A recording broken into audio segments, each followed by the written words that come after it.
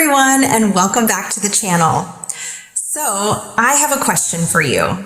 Are you the responsible one in your family? You know who I'm talking about.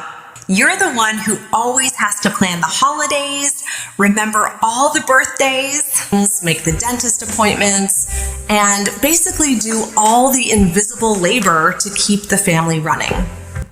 Meanwhile, maybe you have that other sibling, the golden child, the one who just waltzes in, cracks a few jokes, gets all the praise, and doesn't really have to do much of anything. Well, today's story is a letter to every single one of you who has ever been in that role. That it is a wild ride. It starts with childhood chores and ends with a gut punch revelation in a lawyer's office. It's about a woman who spent her entire life believing in an invisible ledger, thinking that all her sacrifices were being tallied up and that one day it would all be made fair. It's about a woman who spent her entire life believing in an invisible ledger. But what happens when she discovers that, in her parents' eyes, all her sacrifice wasn't seen as a contribution, it was seen as rent? Let's get into the story. The moment I discovered my parents left me nothing while my brother inherited everything. People assume the unfairness starts at the end, in a lawyer's office, with a sheet of paper and a few cold sentences. But by the time you're sitting in that leather chair, the damage has been accumulating for decades, in 100 tiny ways nobody ever bothers to name. In my family, it started with dishes. I was the kid who stacked plates without being asked, who knew which pan needed to soak overnight and which one my mother would forget in the oven until it smoked. I lined up shoes by the front door, wiped muddy paw prints off the kitchen floor, and remembered dentist appointments that weren't even mine. No one sat me down and said, "You're the responsible one." They didn't have to. It hung in the air like a label printed on my forehead. My brother, Jake, floated through that same house like a guest star on a sitcom. Where I was quiet and steady, he was loud, funny, unforgettable. Teachers remembered his jokes, not my perfect attendance. At family gatherings, relatives would clap him on the back and say, "There's our superstar," while I carried folding chairs in from the garage. I don't mean that unkindly. For a long time, I loved him for it. Someone had to be the bright one, and someone had to make sure the trash went out on Tuesday. We just fell into our roles. The early signs of favoritism were small enough that if you complained about them, you sounded petty. On my 12th birthday, my parents gave me a savings bond and a practical winter coat that will last you for years. I smiled, said thank you, and folded the paper like it was a ticket to a future I couldn't quite see yet. Later that same year, Jake turned 10 and got a brand new gaming console and a party with a rented bounce house in the backyard. Older kids get more responsibility, younger kids get more fun. My mother joked when I raised an eyebrow. It all comes out in the wash. That phrase stuck to me like lint. It all comes out in the wash. It was the same when Jake dented the family car backing out of the driveway without looking.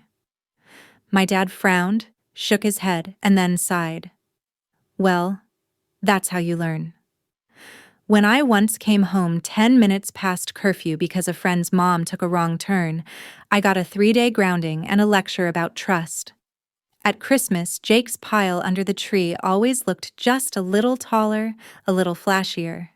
New sneakers, concert tickets, the exact guitar he'd left open on the computer screen as a hint. I got things I needed: a laptop for college, work clothes when I landed my first office job, useful, thoughtful gifts, the kind you're not allowed to resent because they're wise. "You know we count on you," my father would say, almost proudly, when he handed me an envelope with a gas card instead of a weekend away. "You're the one with a good head on your shoulders." I clung to that as a kind of invisible currency. I told myself over and over that parents keep track. that even if the scales looked tilted in the moment, they were secretly running a ledger only they could see. Jake got more obvious attention. I got the trust. Jake got the exciting toys. I got the long-term investments. One day, I thought, this will even out. One day, they'll look at my years of reliability and say, "We see you." The belief was so deep that I didn't recognize how much of my identity was wrapped around it. Being the good child wasn't just a description, it was my job title. I was the one who reminded my dad to take his blood pressure meds when he hit his 50s, who stayed sober at family barbecues, just in case someone needed a designated driver. When my mom had a minor surgery, I was the one in the waiting room, flipping through old magazines, calling Jake to update him. "Let me know how it goes," he'd say, his voice echoing slightly, like he was always in a hallway or a parking lot. "Hug Mom for me." "She'd love to hear that from you," I would reply, but I'd still pass along the message, like I was the receptionist for his love. Inside, I told myself I didn't mind. I was better at this stuff. I was organized, calm under pressure. When something went wrong, every face turned instinctively toward me, and there was a small, guilty thrill in that. It felt like proof that I mattered. But there was a second edge to it, too. When your whole value is being the one who handles things, no one thinks to ask how you're handling it. They don't see you as someone who might also need rescuing or spoiling or even just a break. You become infrastructure, like the wiring in the walls. Essential, but invisible. Sometimes the imbalance surfaced as a joke.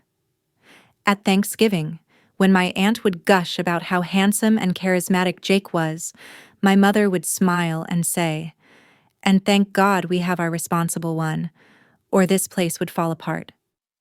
Everyone would laugh, including me. It was meant as a compliment, and in a way, it was. But I remember sitting there once, 26 years old with mashed potatoes cooling on my plate, wondering quietly, is that all they see when they look at me? Jake's mishaps were stories. My efforts were expectations.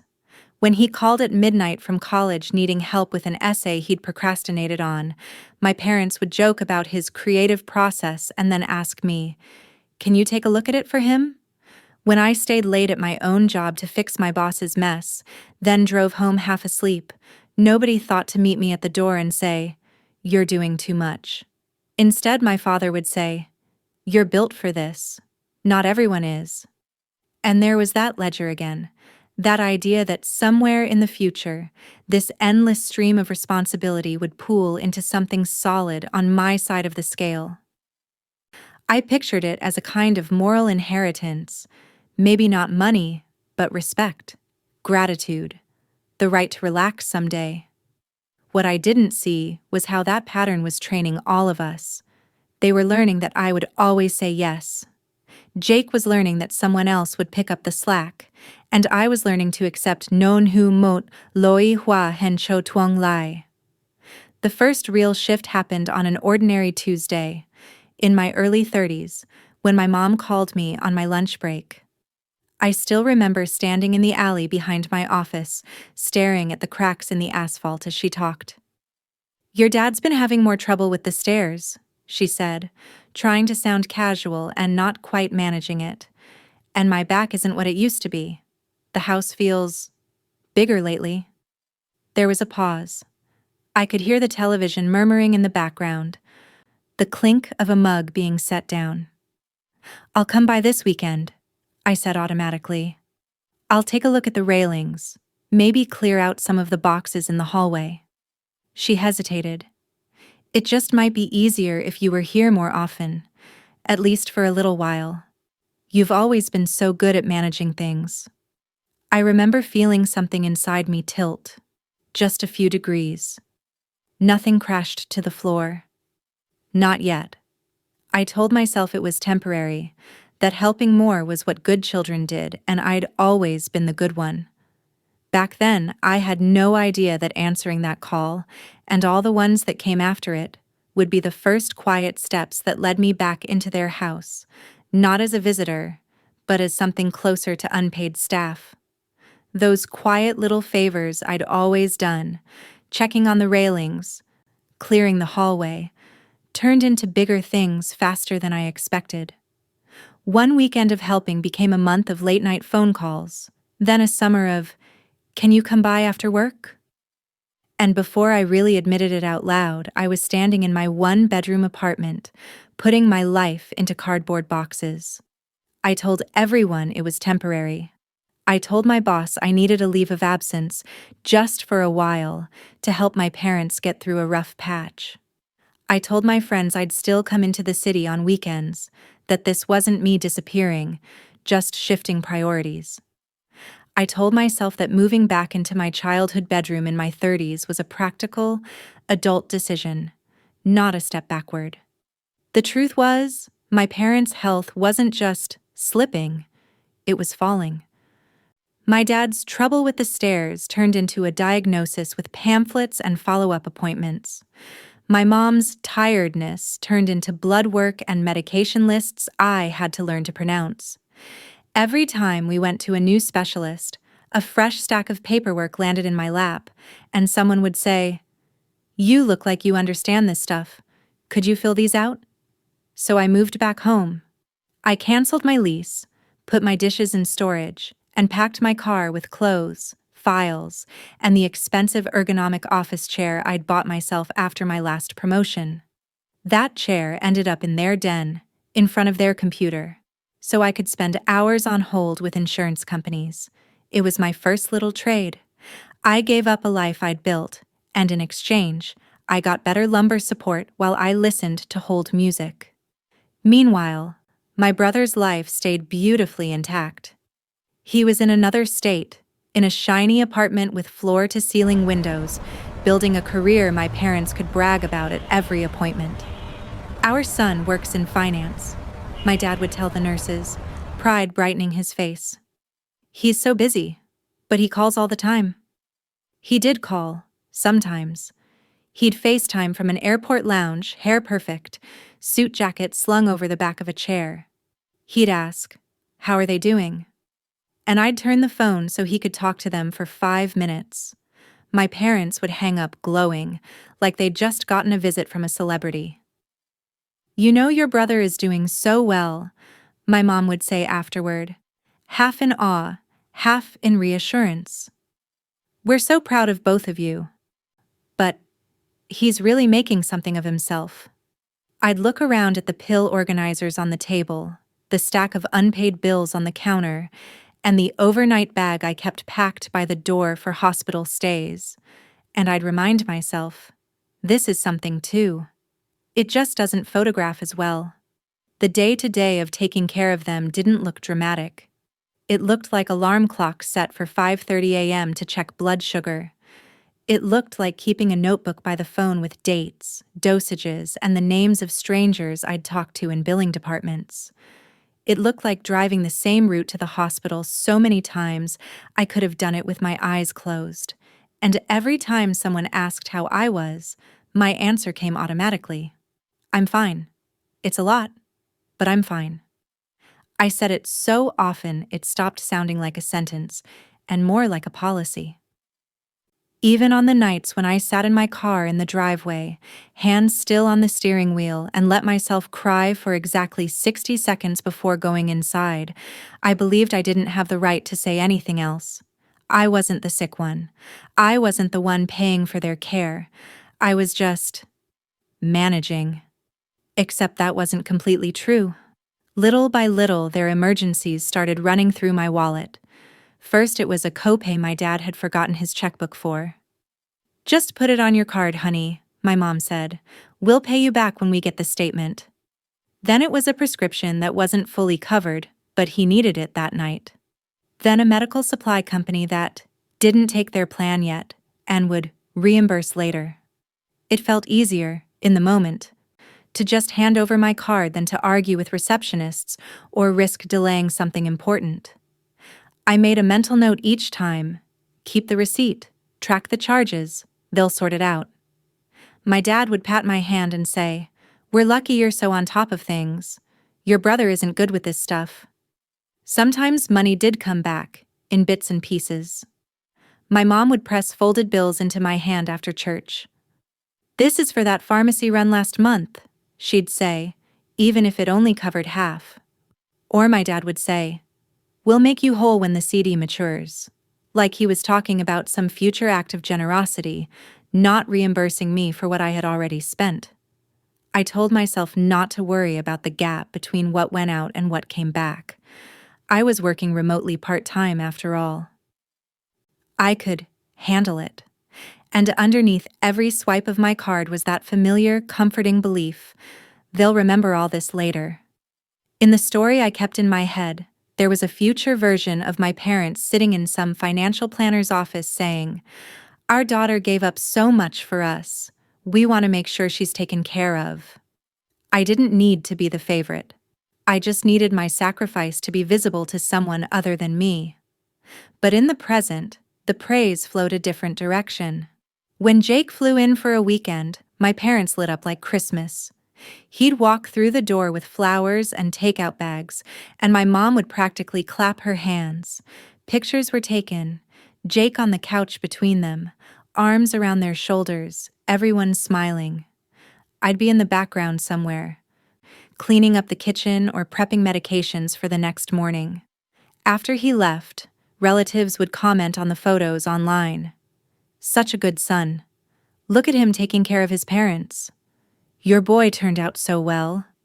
My mom would read the comments out loud, proud and a little teary. Then she'd turn to me and say, "And we couldn't do any of this without you, sweetheart." Almost as an afterthought, like a closing credit instead of a main role. I nodded and said thank you. It felt greedy to want more. As the months went on, the weight of their care subtly rearranged my life. I stopped going out at night because I didn't want to miss a call. I turned down a full-time position my old boss offered, telling myself it wouldn't be fair to my parents if I got too busy. My world shrank to the radius between their house, the hospital, and the pharmacy. Sometimes, late at night, I'd calculate numbers in my head. Then I'd feel guilty for even thinking like that.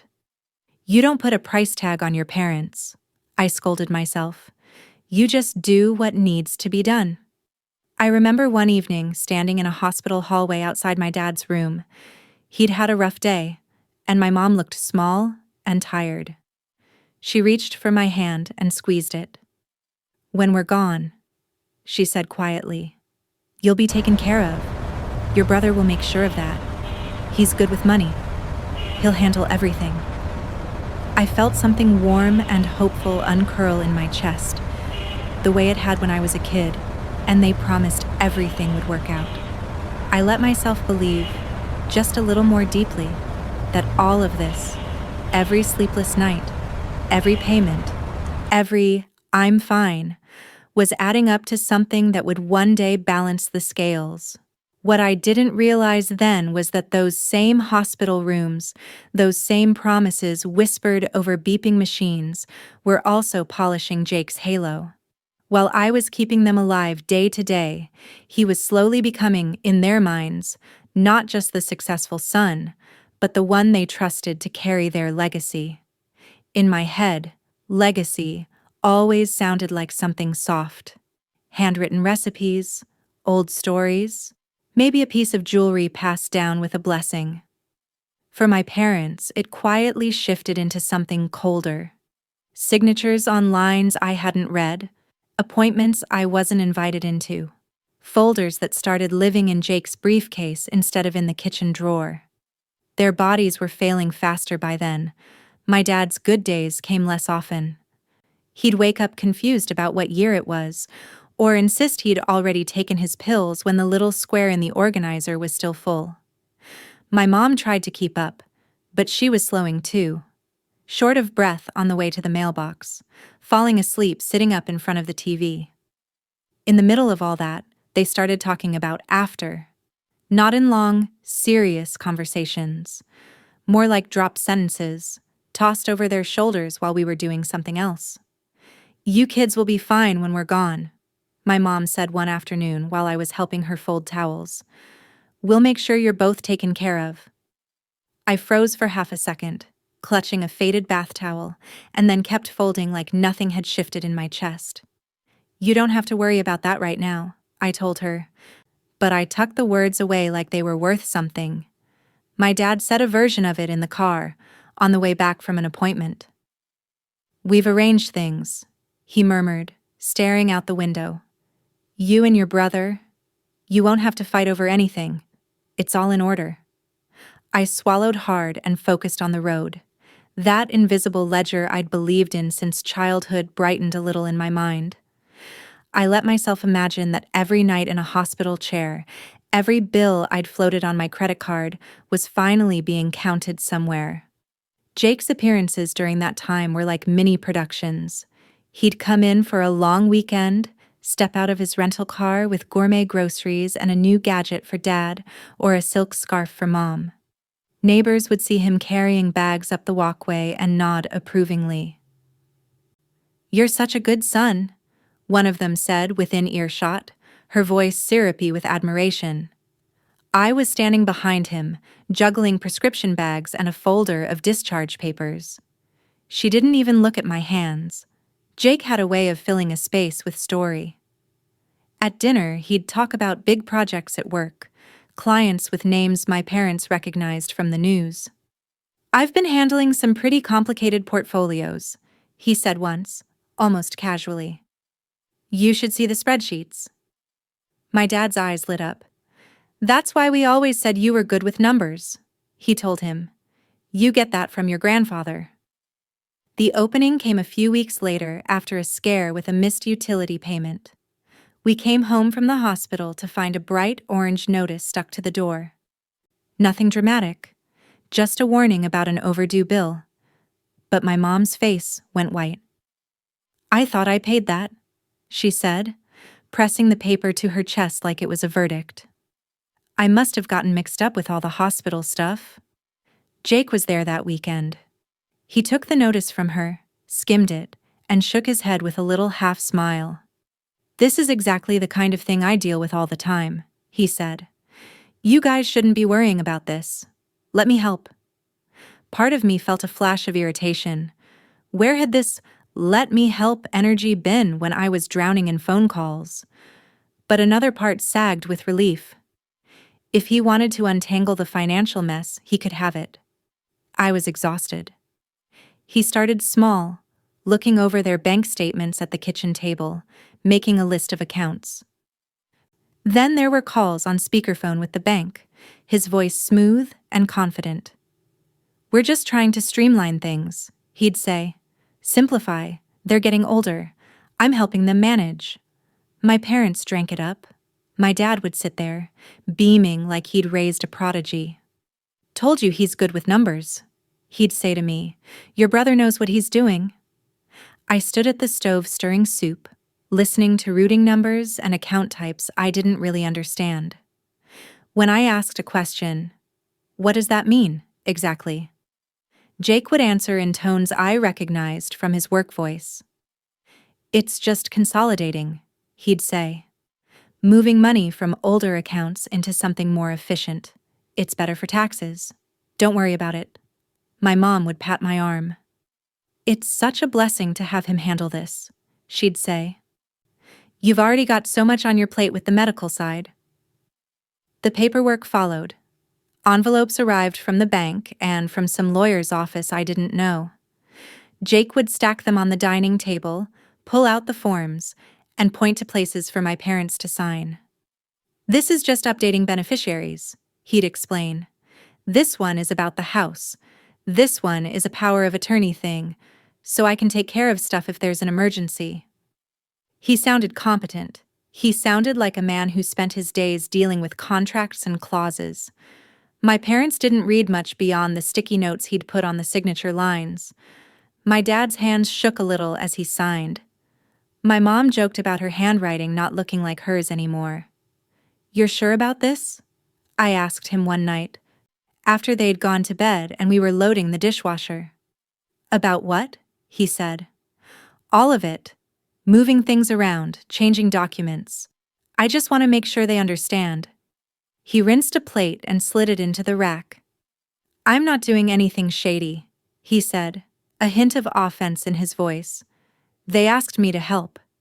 Someone has to make sure they don't get taken advantage of. I know, I said quickly. I haven't really seen the details. He shrugged. You don't like dealing with money stuff. You've said that 100 times. Then softer. Trust me. This is my lane. And the awful thing is, part of me did trust him. Not because he'd earned it, necessarily, but because I was so desperately tired of being the only adult in the room. If he wanted to take over one of the spinning plates I'd been balancing, I was ready to let it drop into his hands. Still, there was a knot in my stomach that never quite went away. I would walk past the dining table after they'd finished signing and see the neat little piles of paper, the clipped stacks ready to be mailed back. My mom would look peaceful, as if some burden had shifted off her shoulders. My dad would say, "Feels good to know things are taken care of, doesn't it?" And I would nod, even as something inside me whispered, "You don't actually know what taken care of means anymore." Time blurred after that. There were more hospital stays, more tests that started to sound less like plans and more like delays. My dad went first. Quietly, in a dim room with machines that had been part of our lives for so long, I almost didn't register the moment they went still. In his last lucid hours, he squeezed my hand and said, "You and your brother, you'll be fine. We set it up that way." I held on to those words like they were a promise written in ink. My mother lasted a few months longer, shrinking a little every day. She talked more about seeing your father again and less about future appointments.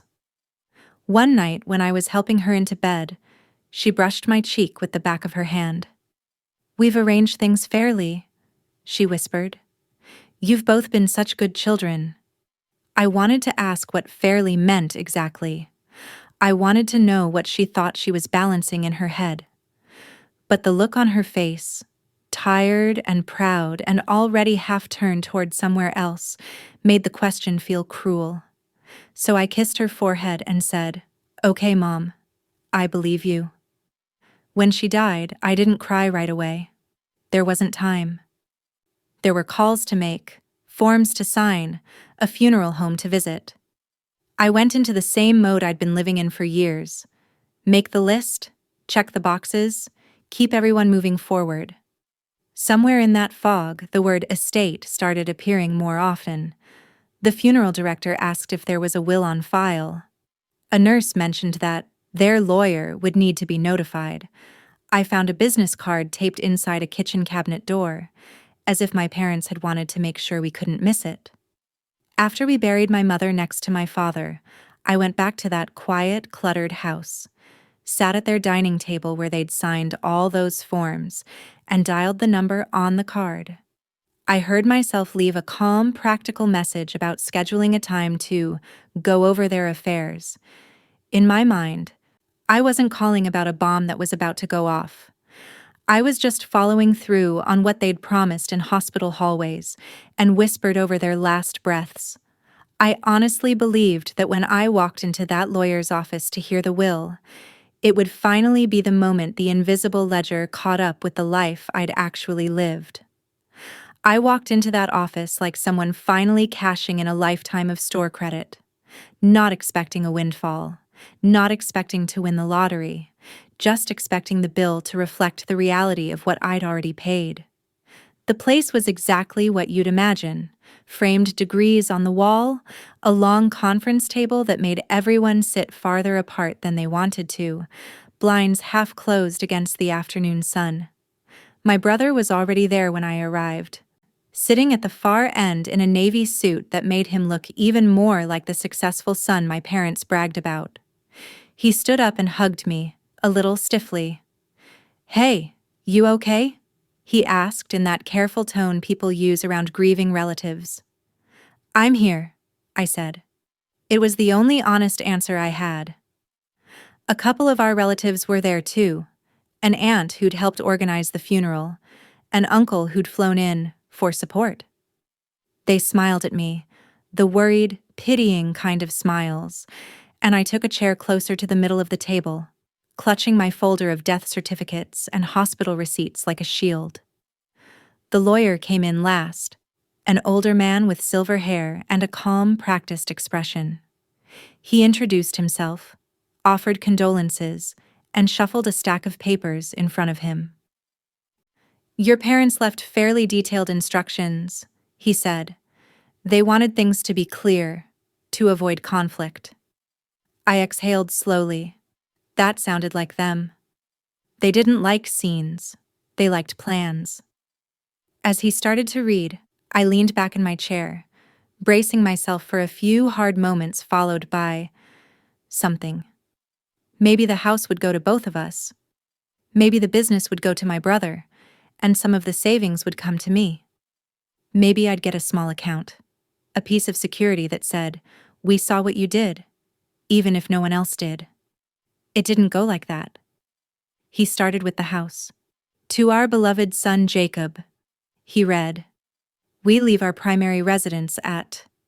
He named the address where I'd been living, where I'd measured out medication and changed sheets, and learned exactly which floorboards creaked at night.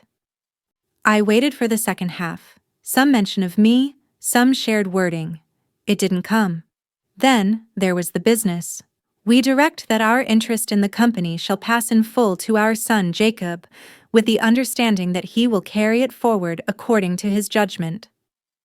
I stared at the lawyer, then at my brother. The business. The thing my parents had poured their lives into. The thing I had helped keep afloat while taking calls from hospital waiting rooms, emailing invoices from my phone. The accounts came next. Savings. Investments. A small life insurance policy. Each line ended the same way. "To our son, Jacob." The sentimental things were almost worse. Jewelry my mother had promised I would wear someday. A watch my father said he wanted me to have when you get your next big promotion. Old photo albums. A set of antique dishes from my grandmother. All carefully itemized, all directed to my brother to distribute as he sees fit. I sat very still. My ears rang. It felt like the room had tilted 5 degrees to the left, and everyone else had compensated without noticing. When he reached the end, there was a beat of silence. The kind that isn't really silent at all. You can hear people breathing, fabric shifting, the tick of a clock on the wall. Then the lawyer cleared his throat. "There are no additional bequests," he said. "That concludes the dispositive provisions." I heard my own voice before I decided to speak. "I'm sorry," I said, my mouth dry. Is something missing? Maybe there's another document?" He looked at me over his glasses, not unkindly. "No," he said. "This is the most recent version of their will, executed about a year ago. Your parents were quite clear. But my name..." I could feel my face heating up. I swallowed and tried again. "My name wasn't in there at all." The lawyer glanced down at the file, then back at me. "They did address that," he said, "in a letter of instruction that accompanies the will." He pulled out a single-page document, written in my father's stiff block letters and signed by them both. "In reference to our daughter," he read, and the word daughter hit me like a slap, because it was the first time I'd heard myself acknowledged in that room. "We feel we have already done enough for her during her time of need, including allowing her to live with us and supporting her while she was not working. We trust she will understand that Jacob is better positioned to manage what we leave behind, allowing her to live with us, supporting her while she was not working. They had taken the years I had spent caring for them, years that had cost me my job, my savings, my sleep, and recorded them as charity. As if I'd been some stray they'd taken in, instead of their own daughter carrying their lives on her back. I heard my aunt suck in a breath. My uncle shifted uncomfortably. No one met my eyes. My brother finally spoke. "Look," he said, spreading his hands in that reasonable way he has. "You know Mom and Dad helped you out a lot those last few years. They were always worried about you burning out. They didn't want you to have to think about all this financial stuff on top of everything else." He actually smiled a little, like he was the only grown-up in the room. "They talked to me about it," he went on. "They wanted things simple. They knew I'd take care of everything." "I took care of everything," I said, before I could stop myself. It came out quieter than I felt it. His expression flickered for a second, then smoothed over. "You were amazing with them," he said, as if he were patting me on the head. "No one's saying you weren't. But this is what they wanted. We have to respect that." "Respect that?" The lawyer, sensing the temperature change, stepped in. "Your parents did express gratitude for your caregiving," he added, as if that would help. "They simply felt they had already provided substantial support by giving you housing and covering household expenses during that period." Housing, as if I'd been their tenant, as if the chores, the medical management, the bills I'd paid out of my own account were just the cost of sleeping under their roof. I don't remember standing up, but suddenly I was on my feet. The room swam for a second and then snapped back into focus. My chair scraped the floor behind me. Everyone looked at me like I was the one about to cause a scene. "Thank you," I heard myself say to the lawyer, because I was still trained to be polite in the middle of my own erasure. "I appreciate your time." I gathered my folder, thin and pathetic compared to the thick stack of documents sitting in front of my brother, and walked out before anyone could see whether I was going to cry. The hallway outside felt too bright. I made it to the parking lot on autopilot, my shoes loud on the pavement, my hands shaking as I dug for my keys. When I finally sat in the driver's seat, I realized I hadn't taken a single thing from that office that belonged to my parents' world. Not a key, not a share, not even an old framed photograph. My phone buzzed in my bag, a text from a cousin asking, "So how did it go? Did Jake get the house like they always said?" Another message was already popping up from my brother. "We'll talk later. Don't make this weird." I stared at the screen, the words blurring for a moment. Somewhere between that conference room and the driver's seat, I had crossed an invisible line, from being the quiet caregiver in the background to being the person everyone was going to watch for a reaction. Walking out of that lot, I knew two things. My parents had written me out of their story on paper, and the people still living were about to decide whether I'd smile and accept it, or become the problem no one wanted to deal with. In the parking lot outside the lawyer's office, I sat there with my hands on the steering wheel and realized I had two options: pretend this was just another thing I could swallow, or let it change the way I saw everything that had come before. For a few days, I tried to swallow it. I moved through the house like a ghost, sorting through my parents' things while the words from that letter of instruction played on repeat in my head. Already done enough, allowing her to live with us, supporting her while she was not working. I'd open a drawer and find a pill bottle or a birthday card and feel that sentence wrap around it like a label. Jake, on the other hand, slipped into his new role without missing a beat.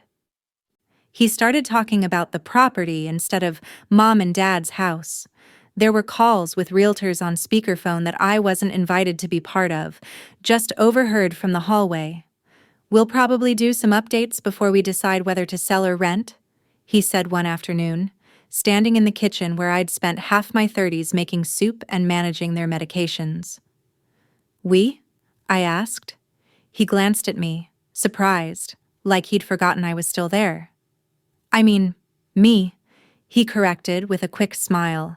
"It's legally mine now, you know that. But obviously, I'll keep you in the loop."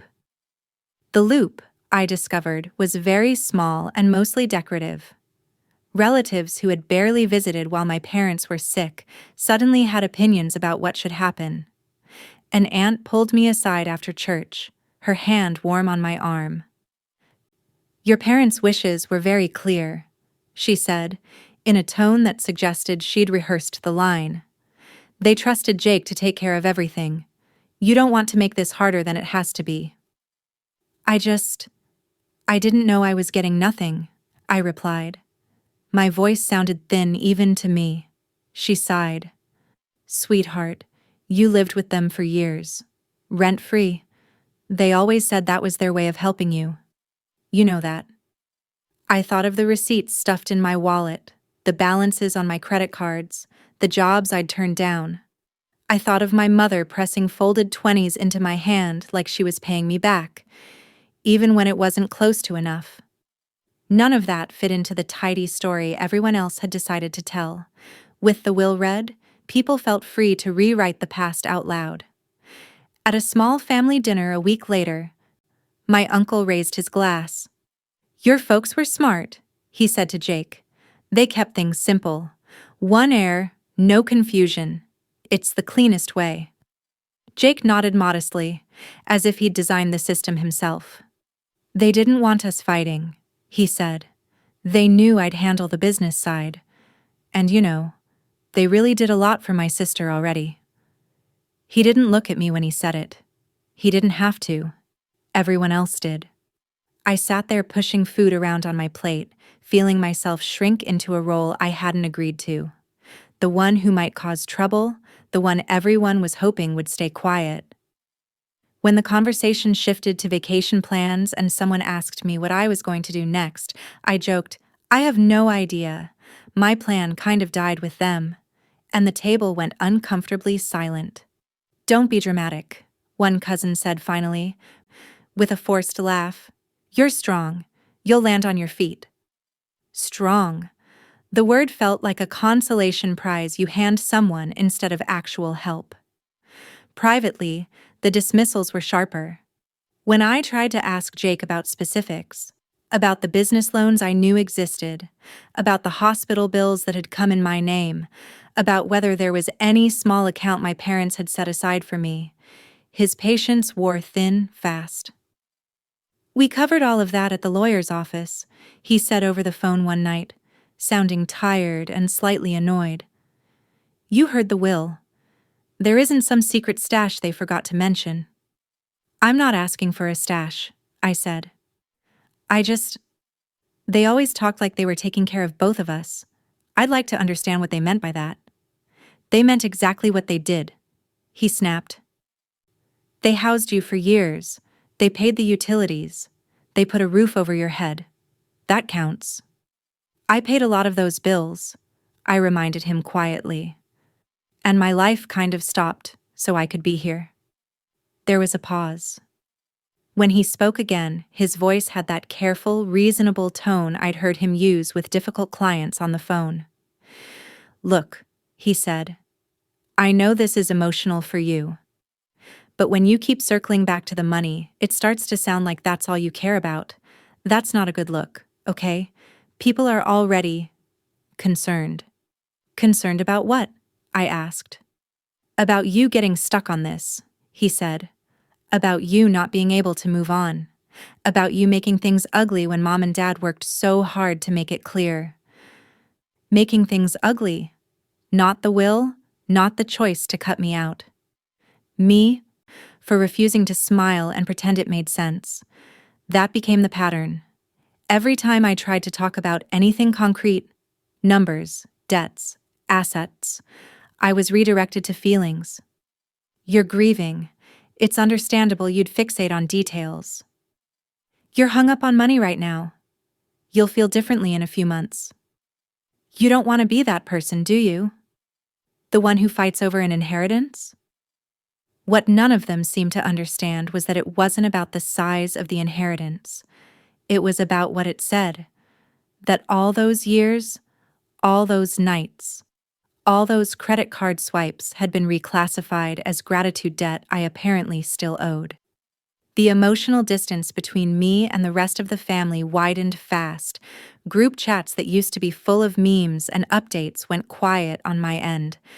I'd see photos of Jake at the house, doing some repairs, with relatives commenting little clapping emojis and heart eyes. No one asked if I was okay living in a place I'd just learned I had no claim to. No one asked where I would go when Jake decided to sell or move in. When I did see people in person, there was a new stiffness in their hugs. Conversations steered away from anything practical. If I even mentioned the lawyer, someone would rush to say, "Well, what's done is done," like they were afraid I might say something contagious. So I started talking less and noticing more. It began almost accidentally. I was cleaning out my parents' bedroom, going through drawers to separate what should be donated from what should be kept, when I found a folder wedged behind a stack of old magazines. Inside were bank statements, neatly folded, going back several years. I sat down on the edge of the bed and flipped through them. At first, I was just curious, looking at the balances, the deposits, trying to reconcile the numbers on the page with the way my parents had always talked about just getting by. There were things that made sense: pension deposits, Social Security, regular payments from the business. Then there were other things. Large transfers I didn't recognize, account names I'd never heard my parents mention, a pattern of money moving out of one place into another, usually around the same time my father's handwriting started to shakier on the checks. I told myself I didn't need to get into it. The will was done. The decisions had been made. Let it go, I muttered, slipping the statements back into the folder. But I didn't put the folder back where I'd found it. I carried it to my old room and slid it into a box with some of my own papers. Later, I found more: an envelope of old tax returns, a stack of insurance explanations of benefits, a file from the bank labeled with both my parents' names and, in smaller print, Jake's. Each time I'd tell myself it was just for record keeping, for closure, for in case I need it someday. I wasn't planning a fight. I wasn't planning anything, really. Still, I started a new box in the corner of my room, one that wasn't labeled with anything at all. Every time I came across a document that tugged at the edge of that uneasy feeling, a statement, a letter, a notice from a bank, I slipped it into the box and closed the lid. I didn't know what I was looking for. I just knew that for the first time in a long time, I wasn't taking anyone's word for what my parents had wanted. I was looking at what they'd actually done, and it was only when I realized how many papers I'd quietly collected, how heavy the box had become, that a new question finally broke through the fog of grief and humiliation. If they really were living on such a tight budget, and if I was paying as much as I remembered, how had they still had enough money left for Jake to inherit everything? That question sat with me like a stone in my chest the night I pulled the box into the middle of my bedroom floor, opened it, and took out the first stack of statements with a pen and notepad beside me. The box sat between my knees like it weighed more than the furniture. That question, how they could be barely getting by and still leave enough for Jake to inherit everything, stayed lodged in the back of my throat as I picked up the first stack of papers and started reading. At first, I was just copying numbers: date, amount, where it came from, where it went. Simple columns on a notepad. Deposits from pensions and Social Security. Automatic debits for utilities, insurance, the mortgage. All the boring, predictable pieces of a life. And then there were the other lines. On one statement from 3 years earlier, long before my dad's first big hospitalization, there was a transfer out of their checking account for a number that made me blink. It didn't go to a hospital or a pharmacy or anything familiar. It went to something with a bland corporate name I didn't recognize. I underlined it, wrote it down, and kept going. The pattern only showed itself over time. Every few months, sometimes closer together, there'd be another transfer. Always out of their main account. Always into that same bland-named destination. The amounts varied, but they weren't tiny. They were the kind of numbers that made a difference when you're choosing between paying the electric bill on time or not. I set the statements aside and went hunting for more. Closing out utilities meant calling companies, sitting on hold, spelling my last name slowly to people who'd never heard of my parents and didn't care that they had died. But it also meant opening drawers and file boxes to find account numbers, old bills, notices tucked into corners. That's how I found the repairs. There was a folder from a plumbing company I remembered calling during a winter storm. The basement had flooded. My dad was too weak to go downstairs, and my mom was panicking about mold. I had given the guy my card at the door, promising myself I'd sort it out later. The invoice was in the folder. Paid in full. My name was at the top, my card number partially blacked out at the bottom, and in the margin, in my mother's handwriting, were the words, "We'll pay her back when we can." Behind that, another bill. For a new water heater. I'd put half of it on my card to help out. There were notes there too, reminders to themselves that never turned into action. The more I dug, the more my own name kept appearing. Hospital bills with my address listed as the responsible party. Pharmacy receipts stapled to sticky notes that said things like, "Ask her about this when she gets paid." Receipts from the grocery store on days I remembered loading the trunk with food because my parents said they were a little short that week. I went back to my notebook and added another column. Paid by me. When I totaled it after a few hours, the number at the bottom made my stomach drop. It wasn't a one-time gift or a rough patch. It was years of slow leakage, years of me quietly patching holes in the boat while everyone else pretended the wood was sound. And in the background of that, in those same years, were those transfers. Out of their account, toward something else. I finally typed the destination name into a search bar. It wasn't a random vendor. It was an investment firm. When I dug deeper, I realized it was the same firm my brother worked with. I found the confirmation letters in a separate folder, tucked neatly in the file cabinet under Finances. Joint accounts closed. New accounts opened for estate planning purposes. Beneficiary forms signed. Power of attorney documents, all naming Jake. There was one account statement left in the stack. It showed a balance that could have covered so many of those panicked nights. Rent. Medications. The times I'd stood at a pharmacy counter biting my lip as I handed over my card, telling myself, they have nothing left. Of course you help. They had something left. They just moved it somewhere I couldn't see it. I wish I could say that in that moment, the grief and betrayal crashed over me in some cinematic way. Really, it was quieter, more like a temperature shift. Something inside me that had been soft and willing to bend just stopped. The free room story snapped in half. All those times I'd been told, "We helped you when you needed it," like I'd been the drain on the system, rewrote themselves in my head. I hadn't just been a caregiver, I'd been a subsidy.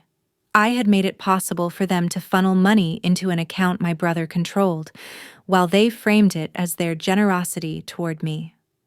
The next step felt inevitable. I called Jake. He answered on the second ring, sounding distracted. "Hey, I'm in between meetings. What's up?" "I've been going through Mom and Dad's paperwork," I said. I was gripping the edge of my desk so hard my fingers hurt. "I have some questions about the accounts you set up." There was a tiny pause. "Okay," he said carefully. "What questions?" "I'm looking at their bank statements," I told him. "There are transfers that started before Dad got really sick. Money moving into an investment fund with your firm. At the same time, a lot of their bills were being paid by me. So when everyone keeps saying they supported me while I wasn't working, I'm just trying to understand how that lines up with me paying thousands of dollars out of pocket while money was being moved out of their account into something only you control." On his end, I heard a chair creak. "You offered to pay for a lot of things," he said finally. You insisted on it, if I remember correctly. You didn't want them stressing about money. I offered because I thought they were broke, I said. I thought there was nothing left. No savings, no cushion. That's what they told me. That's what you told me. He sighed. They were on a fixed income. They didn't have a ton of liquid cash. The investment accounts were about growing something for the family long term. That's literally my job, you know? To plan for the future. For the family? I asked quietly. Because right now, on paper, that family seems to be you. That's not fair, he snapped. They made the decision to put things in my name. They trusted me to manage it. Just because you don't like how it feels now doesn't mean it was wrong. They also made the decision to leave me nothing, I said. So forgive me if I'm not feeling incredibly generous about their financial judgment at the moment. His voice cooled. You're upset because you expected more. I get it. But this resentment? It's not a good color on you. Resentment? I repeated. I'm looking at numbers, Jake. I'm looking at the fact that I paid a huge chunk of their medical bills and household expenses, and then the only explanation anyone gives me is that they let me live there for free. That wasn't free. Not for me.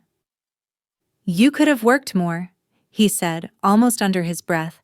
Plenty of people take care of their parents and keep their careers. You chose to step back. No one forced you. I actually laughed. A short, disbelieving sound. You live in another state. You flew in for weekends. You weren't the one driving them to appointments at 6 a.m. or sitting in ERs at midnight. When exactly was I supposed to be climbing the corporate ladder? I'm just saying, if you'd stayed on track with your job, maybe you wouldn't be so focused on what Mom and Dad did or didn't leave you, he said. This obsession with the money, it makes you look bad. To everyone. There it was, laid bare. If I hadn't fallen behind, I wouldn't care that they'd strip me out of their estate. The problem wasn't the lie, in his mind. The problem was me noticing it. You do realize, I said slowly, that what you're describing is them using my willingness to help so they could funnel as much as possible into your accounts, right? That's not just unfortunate. That's a choice. He groaned softly. You're twisting this. They wanted to make sure the business survived. They wanted to avoid taxes. They didn't want you burdened with the stress of managing investments. They thought they were doing what was best. You're turning it into some heist. If it wasn't a heist, I said, why does it feel like I got robbed? Silence. When he finally spoke again, his voice had that thin, patronizing patience I'd heard in the lawyer's office. Look, he said, grief makes people fixate on things. I think you should talk to someone. A therapist, maybe. Because if you start dragging everyone into this story you're building in your head, you're going to blow up what's left of the family for nothing. And I'm not going to participate in that. For nothing, I repeated. Me paying off their debt so they could ship their money to you is nothing? I'm not doing this with you, he said. I have a meeting. We'll revisit it when you're calmer. He hung up before I could answer. I sat there with the phone pressed to my ear long after the line went dead, staring at the pile of statements spread across my desk. The numbers hadn't changed. The ink was still there. The transfers were still dated months before my father's first real collapse. My credit card charges still lined up with their "we can't afford it" conversations. What had changed was me.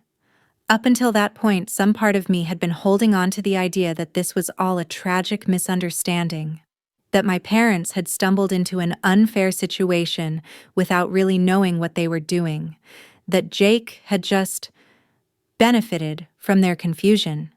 It was only then, listening to him rewrite history in real time, that I understood something different. He didn't see a problem because, to him, this outcome was the point. The narrative about my free room, the story about me choosing not to work. The convenient forgetting of who actually paid which bills. All of it was scaffolding built to hold up one conclusion, that he deserved to have everything, and I should be grateful for whatever crumbs of sentiment were left. My grief stopped being this amorphous fog and hardened into something with edges. It didn't make the loss hurt less. It just changed the direction of the pain. It stopped flowing inward, eating me alive, and started pushing outward, demanding to hit something true. I gathered the statements into an orderly stack, clipped them together, and slid them into a new folder. On the tab, in small letters, I wrote one word: proof. Then I opened my laptop. I knew that once I took this beyond a private calculation, once I showed someone else what I had found, the story my family told about me was going to shift again, and not in my favor. But I also knew I couldn't unsee the numbers. My hands were steady as I started an email, attached the first few documents, and addressed it to Jake, and, for the first time, copied one of our relatives. I didn't write anything dramatic in that email. No all caps, no accusations, no threats. Just screenshots and scanned statements, and a short, careful paragraph asking Jake to explain why so many of our parents' expenses had been paid from my accounts while money was being transferred into funds he controlled. I copied one aunt, the one who'd always told me she was so proud of how I'd cared for my parents, because I was tired of this being a private disagreement that only existed inside his version of the story. For about 12 hours, there was silence. Then my phone started buzzing. Jake called first. I let it go to voicemail. His text came next. "We'll talk about this later. Taking this to other people is really low." Then another, a few minutes after that. "You're making yourself look crazy." That word, crazy, sat in my gut like a stone. I didn't reply. The aunt I'd copied wrote back with a short, tight email. "I don't fully understand all these financial details, but I do know your parents loved you both. I'm not sure what you're hoping to accomplish by going over all this now. It might be healthier to focus on healing." Healthier. Like wanting clarity was a bad habit I'd picked up and should really quit. Word moved faster than I expected. By the weekend, when we gathered for what was supposed to be a small memorial lunch, a celebration of life, put together by some of my parents' friends, the temperature in the room had dropped a few degrees for me and warmed up for Jake. I felt it the second I walked in. The same people who had hugged me tightly at the funeral now greeted me with quick, polite squeezes and eyes that slid away a little too fast.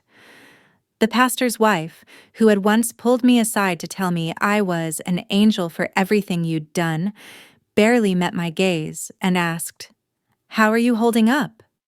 in a tone that suggested she already knew the answer and disapproved of it. Jake, meanwhile, was positioned like a receiving line near the food table. People clustered around him, hands on his arm, heads nodding. I caught pieces of their sentences as I moved through the room, carrying a tray of desserts because it gave my hands something to do. So hard when siblings don't see eye to eye. Your parents were very clear with the will. You have such a good head on your shoulders. I was setting down the tray when I heard my own name. She's struggling, Jake was saying to one of my parents' oldest friends. His voice was soft, reasonable. You know how close she was to them. I think she's having trouble accepting their decisions. The friend murmured something I couldn't catch. Jake sighed, just loud enough. She's been digging around in the finances, trying to, I don't know, undo what Mom and Dad wanted. She's fixated on the money. It's really sad. I froze.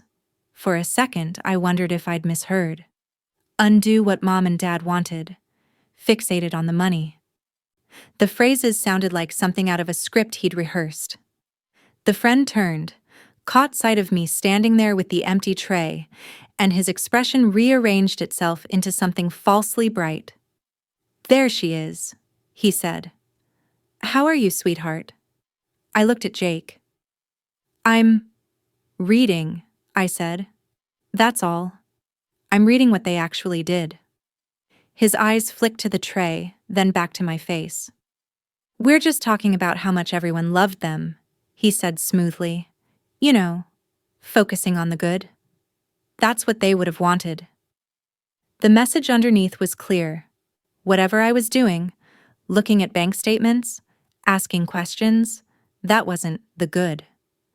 By the time dessert plates were scraped clean, the new narrative had settled into the room like dust. A neighbor I'd driven to the hospital more than once with my parents pulled me aside near the coat rack. "I heard you're revisiting things," she said, her mouth pulling into a sympathetic frown. "That must be exhausting. For you and for everyone else." "I'm clarifying things," I said. "There are some discrepancies. Sometimes the kindest thing we can do is let go." She interrupted gently. "Money can really poison a family. Don't let it claim you too." It was almost impressive, the way they'd managed to turn me from the caretaker into the contamination. The group chats followed. In the weeks after the will reading, our family text threads had been mostly logistics. Who was picking up Dad's old tools? Whether anyone wanted the dining table? Pictures of items with, "Does this belong to anyone?" underneath. After my email, the tone shifted. Someone shared a quote graphic. "When you value peace over money, you honor those who came before you." No one tagged me, but 4 people reacted with little heart emojis. Another day, a cousin sent, "Grandma always said, 'Don't fight over what the dead left behind. They took the only important thing with them.'" Again, hearts. Thumbs up. Praise hands. When I didn't respond, a different cousin messaged me privately. "You seeing the chat? Just a reminder. Everyone's hurting. Maybe give the inheritance stuff a rest for a while. It's making people uncomfortable." Uncomfortable. As if comfort was the goal. As if my job was to make sure no one had to sit with the fact that my parents had turned my labor into a debt they claimed to have paid off with a bed and a roof. I tried once to explain the actual numbers to someone who wasn't Jake. It was a cousin I'd grown up with, the one who used to share secrets with me at holiday dinners. She came over one afternoon under the guise of helping you go through their things, and ended up perched on the edge of my parents' old bed, scrolling her phone while I sorted boxes. "You know everyone's worried about you, right?" she said, not looking up. "Worried about me?" I repeated. "Because I'm doing math?" She sighed. "Because you're not letting this go. Grief does weird things. I get it. But the way you're talking, it's like you think there was some kind of conspiracy." I put down the stack of insurance papers in my hand. "Okay," I said, trying to keep my voice level. "Can I just show you something? Not feelings? Just facts?" She hesitated, then nodded. "Sure."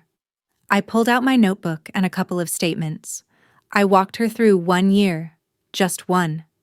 The checks I'd written, the credit card charges, the transfers out of my parents' account into the investment fund. I kept it simple. No accusations. Just lines on a page. When I finished, she was quiet for a long moment. "So, you paid that much?" she said finally, pointing at the total. "Yes," I said, "over and over. And that same year, they moved this much."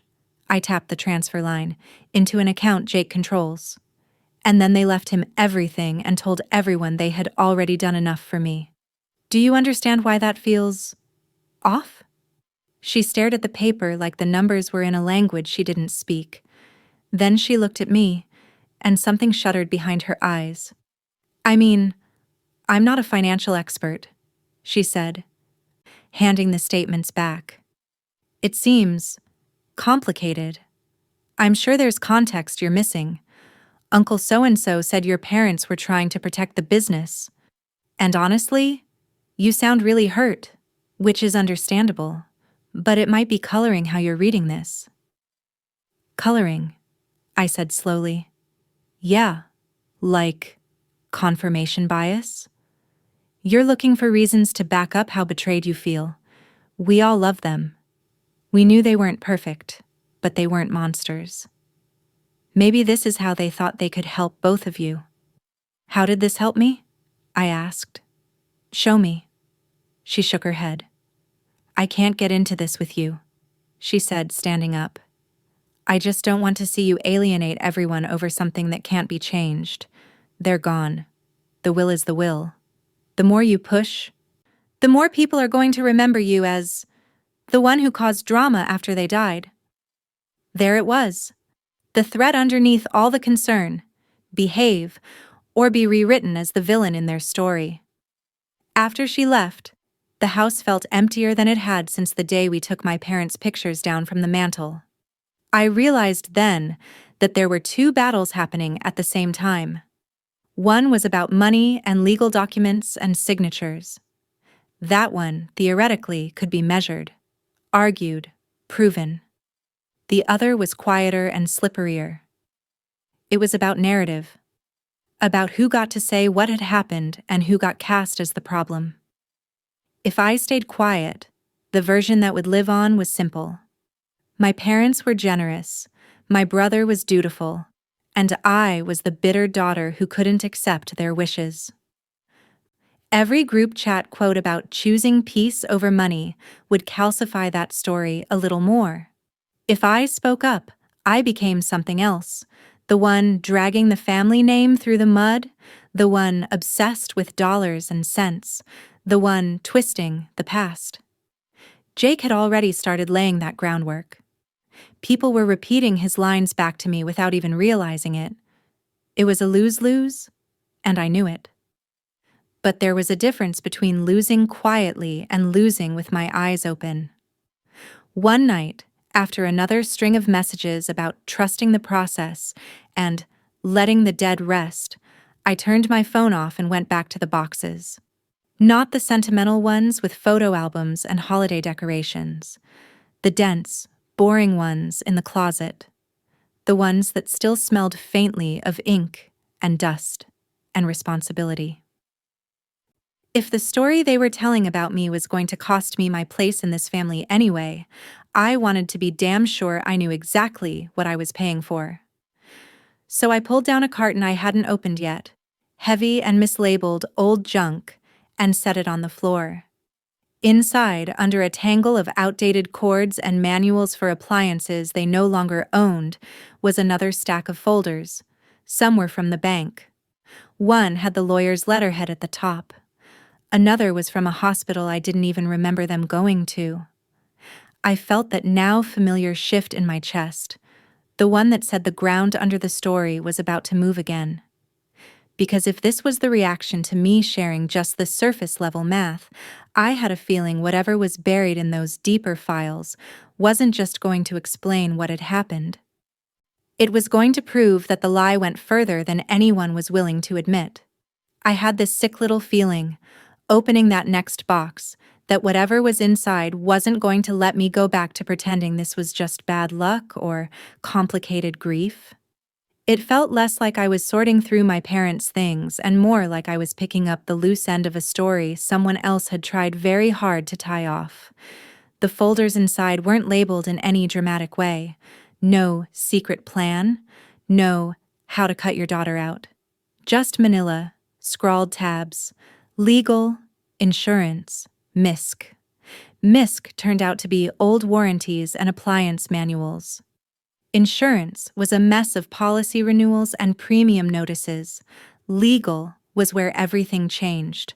Right on top was a copy of the will I'd already heard read aloud, the same version that erased me. Under it, though, were drafts, earlier versions. I could tell by the dates in the footer, by the slightly different language. In one from 3 years ago, my name was in there. Not a lot, not half of everything, but clearly. We leave our residence jointly to our children to be sold or shared as they deem appropriate. We divide our residual estate between our children with thanks for the care they have given us. It was there, in black and white, at a time when my dad was still driving himself to appointments and my mom was still mowing the front lawn. By the time of the final version, all of that was gone. The house, the business, the accounts, all funneled to Jake. The only place I even existed was in that side letter about them having already done enough. Something had happened in between. I didn't trust myself to guess, so I did something I hadn't done yet in this whole mess. I asked someone outside the family.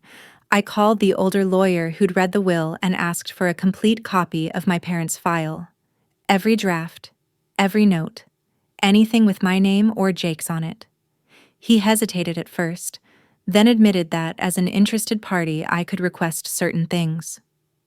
A week later, a fat envelope arrived. The notes were in someone else's handwriting, probably a paralegal's. But you could see the story shifting in real time. There was an entry from 3 years ago. Clients want to treat children equally. Son has demanding job out of state. Daughter local caregiver. Both contributions acknowledged. Then, about 18 months later, meeting W. Knee clients and son present. Son suggests clarifying prior support given to daughter. Clients appear tired, defers to son on much of financial explanation. That phrase, prior support, was underlined. Another note, a few months after that, phone call from son RE, amending will, wishes to minimize chance of resentment from daughter, emphasizes parents housed her during period of unemployment.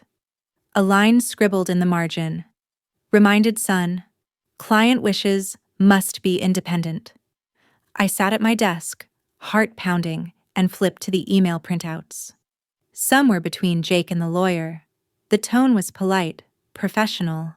He was following up on our conversation, concerned about my parents' desire to keep things simple, hoping to avoid conflict down the line. It was the phrasing of someone who knew exactly how to sound reasonable on paper, but buried in one email chain was a sentence that made my hands go cold.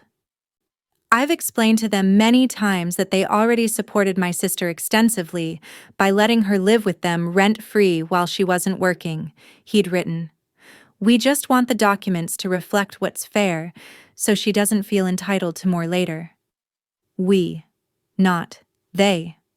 We. I remembered where I'd been on the date his email was sent. In a hospital chair, watching my father sleep off a procedure, answering nurses' questions, texting Jake updates when I thought he might have a spare second between meetings. The lawyer's response in that chain was cautious. Happy to discuss potential amendments once I've spoken directly with your parents, he'd said. Important that any changes accurately reflect their wishes and that they fully understand implications. A few pages later, there was a billing entry. Office visit W, clients and son Re, will amendments. Under notes, someone had written, clients frail, somewhat confused. Son provides much of the explanation. Recommended proceeding slowly. Clients insist they trust son's judgment. I put the file down and just sat there, listening to my own heartbeat. It wasn't just that Jake had benefited from their decisions. He'd helped write the script that turned my caregiving into a debt they'd supposedly already repaid. The next thing I needed was outside of that file. I wanted to know what shape my parents were in when they'd signed those final documents. Hospitals are fortresses when it comes to records, but death loosens doors. I called the medical records department and asked what I'd need to get copies of my parents' charts around certain dates. There were forms. There were questions about next of kin and estate executors. There was more time on hold than I care to remember. Eventually, a harried-sounding clerk lowered her voice and said, "Technically, your brother is the executor. Usually, we deal with the person managing the estate." "I understand," I said. "But I was their caregiver. I need to know whether they were fully aware when they made big decisions. I'm not asking you what to think. I just want dates, medication levels, notes." Another pause. "We can send you copies of physician notes for the dates you've listed," she said finally. I can't interpret them for you. But I can tell you, you might want someone medically trained to look at them with you. When the records came, they were full of language that sounded foreign yet familiar. Episodes of confusion, oriented X2, consider adjusting sedation. One note from a day my parents had apparently met with the lawyer read, patient very drowsy, intermittently lucid, family speaking on his behalf. Recommend limiting complex decision-making until medication adjusted. I cross-referenced that with the law office billing entries. Same date. I thought about where I'd been that afternoon, dropping off a prescription, grabbing fast food my mother barely touched, answering texts from Jake along the lines of, headed to see them later, got the financial stuff covered, don't worry. Don't worry. The more I lined the dates up, the less any of it looked like an unfortunate coincidence. Transfers to Jake's fund timed just before big hospital bills hit. Will amendments signed within days of notes about confusion and high pain medication. Meetings at the lawyer's office logged at the exact moment I'd been sending, "He's really out of it today," messages to our family chat. It didn't look like my parents had calmly decided, with full clarity, to erase me. It looked like someone had steered them there while I was busy making sure they were still breathing. I didn't trust my own judgment anymore. I'd spent so long giving everyone the benefit of the doubt that I couldn't tell if I was finally seeing clearly or just painting horns on people out of hurt. So I found another lawyer. Not the man who'd drafted the will. Not someone Jake had charmed over the phone. I picked a name from a list of probate attorneys with no ties to our town, set up a consultation, and walked into a sterile office with my box of folders like it was a confession. "I don't know if I have anything," I told her, laying the documents out on her desk. "Maybe I'm just grieving weird. But I need someone who doesn't know any of us to look at this and tell me whether I'm losing my mind." She was younger than I expected, sharp-eyed behind simple glasses. For the first few minutes she didn't say much. Just read, flipped pages, circled dates with a pen she'd pulled from her blazer pocket. I watched her face more than the papers, looking for some clue. Surprise, disgust, boredom, anything. When she finally leaned back, she let out a slow breath. "Okay," she said. "So, a few things." My stomach dropped. "It's nothing, isn't it?" I said quickly. "This happens all the time. I just need to accept—" "I didn't say that," she cut in gently. "What I'm seeing here is a pattern that raises questions, significant ones." She pointed to the drafts of the will. "At one point, you were clearly included. Then, during a period when your parents' medical records indicate confusion and heavy sedation, there are substantial changes that benefit your brother exclusively. Those changes appear to have been initiated, or at least heavily facilitated by him." She tapped the investment account statements. On top of that, he was moving their money into accounts he controlled, while you were paying a lot of their expenses. If he had power of attorney or was acting in any kind of fiduciary role, that's problematic. "Problematic how?" I asked. My voice sounded small. "In layman's terms," she said, "there's a legal concept called undue influence, another called breach of fiduciary duty. I can't promise you an outcome, but you have more than hurt feelings here. You have dates, documents, and a story that lines up in a very concerning way." I stared at the papers, suddenly feeling both vindicated and nauseous. "So what does that mean?" I asked. "In real life, not in legal language." "It means," she said calmly, "that you may have grounds to challenge the will and to demand an accounting of how your brother handled their finances. It means a court might look at this and decide those late changes shouldn't stand as is. It also means," she added, meeting my eyes, "that if you go down this road, your relationship with your brother, and probably with the rest of your family, is going to take a hit it may never recover from." There it was.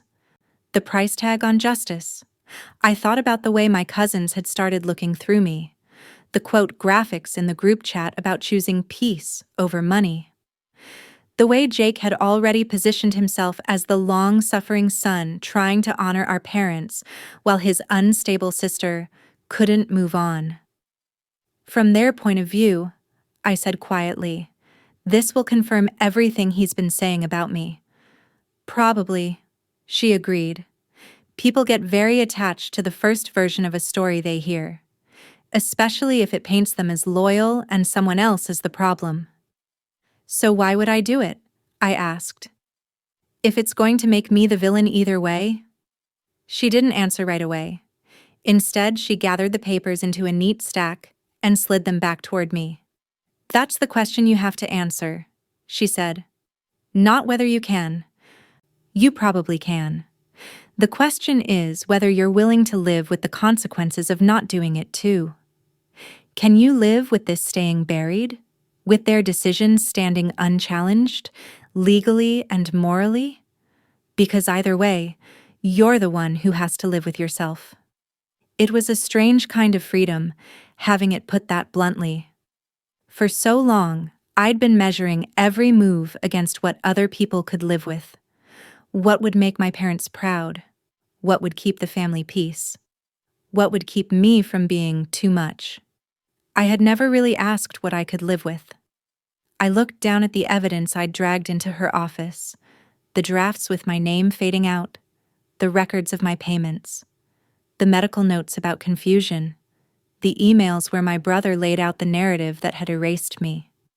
If I walked away now, I knew exactly what would happen. The story would harden. I'd be the cautionary tale about what happens when you let money ruin your heart. Jake would keep the house, the business, the accounts, and the halo.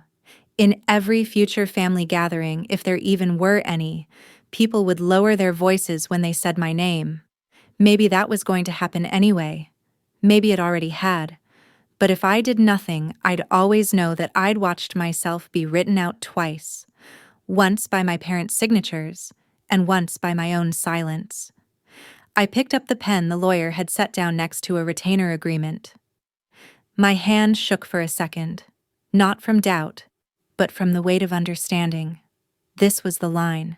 There was my life before I believed in an invisible ledger that would someday balance itself. And whatever came after, I stopped waiting and started writing in my own numbers. I signed. When I slid the paper back across the desk, she nodded once. All right, she said. From here on out, we do this the formal way. Walking out of that office, retainer copy in my bag and a plan for the next steps in my inbox, I knew I wasn't just challenging a document. I was choosing, finally, to stop being the quiet, responsible child in the background and become the person who drew a hard line, even if it meant standing almost entirely alone on my side of it.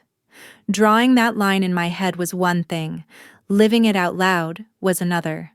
Once I had the documents and a lawyer who'd quietly used words like undue influence, I still found myself hoping, ridiculously, that maybe Jake would see what I saw and meet me halfway. Some stubborn, loyal part of me wanted to be able to say I'd given him every private chance to do the right thing before I took this any further. So I asked him to meet me. Not at a family gathering, not on the phone where he could talk over me and hang up. I picked a neutral place, a chain coffee shop halfway between our cities, and I told him, I want to go over a few things face to face. Just us. He showed up in business casual, like he'd ducked out between clients. Shirt sleeves rolled neatly, watch I recognized from some promotion he'd bragged about. He hugged me like everything was normal, like we were just catching up. What's this about? He asked after we sat down with our drinks. I have another appointment in an hour. I set a thin folder on the table between us. No box this time, no avalanche, just the highlights. A year of bank statements, copies of the will drafts with the dates circled, a printout of that email where he'd written, "We just want the documents to reflect what's fair, so she doesn't feel entitled to more later." I wanted to give you a chance, I said, before lawyers, before courts. Just you and me. To explain this. Or to fix it. He glanced at the folder, then at me. His face didn't change much, but something behind his eyes closed. You brought paperwork, he said. I brought facts, I said quietly. Look, you know I paid a lot of their bills. You know that, even if you've told yourself a different story. And you know you moved their money into accounts with just your name on them. I'm not saying you have to stand up on a chair and shout, I'm a villain. I'm saying if you want to correct this, if you want to make this remotely fair, the easiest way is for you to do it voluntarily. Now, before this becomes something neither of us can control. He opened the folder with 2 fingers, like it might be contaminated. His eyes flicked over the pages faster than anyone could actually read them. Then he shut it again. Wow, he said. You've really been busy. I've really been awake, I said. That's all. He leaned back in his chair and crossed his arms. When he spoke again, his voice had that familiar, careful tone, the one that sounded reasonable until you listened to the words. Let me get this straight, he said. Mom and Dad are dead. Their will has already been read. You have no idea what conversations they and I had in private about their fears, about their wishes. But you've decided, after the fact, that you get to judge every decision they made and everyone I made helping them. And now you're here with your little dossier. What? Offering me a chance to confess? I'm offering you a chance to act like the man they thought you were, I said. The one they trusted. The one they believed would do the right thing, even if no one was watching. His mouth tightened. Don't you dare use them like that, he snapped. You think you cornered the market on loving them because you wiped a few countertops and slept in a chair sometimes? You don't get to weaponize their trust against me. A few countertops, I repeated. That's what you think I did. He waved a hand. You know what I mean. You're trying to turn this into some grand moral crusade, but at the end of the day, this is about money. You're mad they didn't leave you what you think you deserve, and now you're dressing it up in legalese and fairness. I felt something in me go very still. This is about you taking control of their money while letting me believe they were broke, I said. This is about you rewriting my help as a debt they supposedly repaid by giving me a bed. This is about you pushing them to sign things when there are medical notes saying they were confused and sedated. He laughed once, short and sharp. Medical notes? Jesus, you really went digging. Yes, I said. I did. And so will a court, if it comes to that. His eyes snapped to mine. There it was, the first crack in his composure. You want to drag our parents through court? He said. You want their names on public records about confusion and incapacity? You think that's going to make you look like a hero? Because I promise you it won't. It's going to make you look like a bitter, unstable daughter smearing her own parents' legacy because she's mad she didn't get a payout. I'm not smearing them, I said. I'm questioning you. In public, it will be the same thing, he shot back. You think people are going to parse that difference? They're going to see you attacking the decisions of 2 dead people who can't explain themselves. And you know what else they're going to see? He leaned in, lowering his voice. They're going to see your work history, your little career break. The therapy notes you were so proud of getting. The times you called me sobbing because you couldn't handle things. My lawyer will have a field day painting you as fragile, easily influenced, unreliable. We can play this game both ways. It was like watching him flip over the board and then blame me for the mess. So, that's your plan, I said softly. If I push this, you drag my mental health and my worst days into the record and hope it scares me back into silence. I'm telling you what's coming, he said, because unlike you, I actually understand how ugly this can get. You're not built for this. You never have been. There was a time when that line would have gutted me, when I would have heard, under his words, all the old stories about me being sensitive, emotional, not cut out for real stress. But right then, all I heard was a man who was willing to burn down my life to protect his story. "I'm built for a lot more than you think," I said. "You just never noticed, because it benefited you not to." He leaned back, picked up the folder and slid it back across the table like he was returning a menu. "You do what you feel you have to do," he said. "But don't pretend you're saving anyone. You're just tearing what's left of this family apart. And when everyone turns on you, and they will, don't come crawling back to me and say I didn't warn you." I stared at him for a long moment, memorizing the set of his jaw, the way he looked so sure the world would side with him if it came to a choice. "Don't worry," I said. "Whatever happens next, I won't be crawling back." I left the folder on the table when I walked out. If he wanted a copy of the truth, he could pick it up himself. The drive home felt different than all the others between our cities. There was no more bargaining in my head. No more. If he just admits this one part, maybe we can... That door had closed. He'd nailed it shut himself. When I sat down in my lawyer's office a few days later, the terror and clarity came in waves. She slid a stack of documents toward me. "This is the petition to contest the will," she said. "This is the request for a formal accounting of your parents' finances and your brother's role in managing them. Once you sign, we file. Once we file, it becomes real for everyone, not just for you." I thought about every word Jake had thrown at me in that coffee shop. Crazy, bitter, fragile, tearing the family apart. I thought about every quote in the group chat about choosing peace over money. And then I thought about those hospital nights, the bills in my name, the transfers he'd initiated while telling me, "They're just barely scraping by." My parents signing documents they didn't understand because they trusted the son who now looked me in the eye and threatened to drag me through the mud. "Okay," I said. My voice shook, but my hand didn't as much this time when I picked up the pen. "Let's make it real." I signed.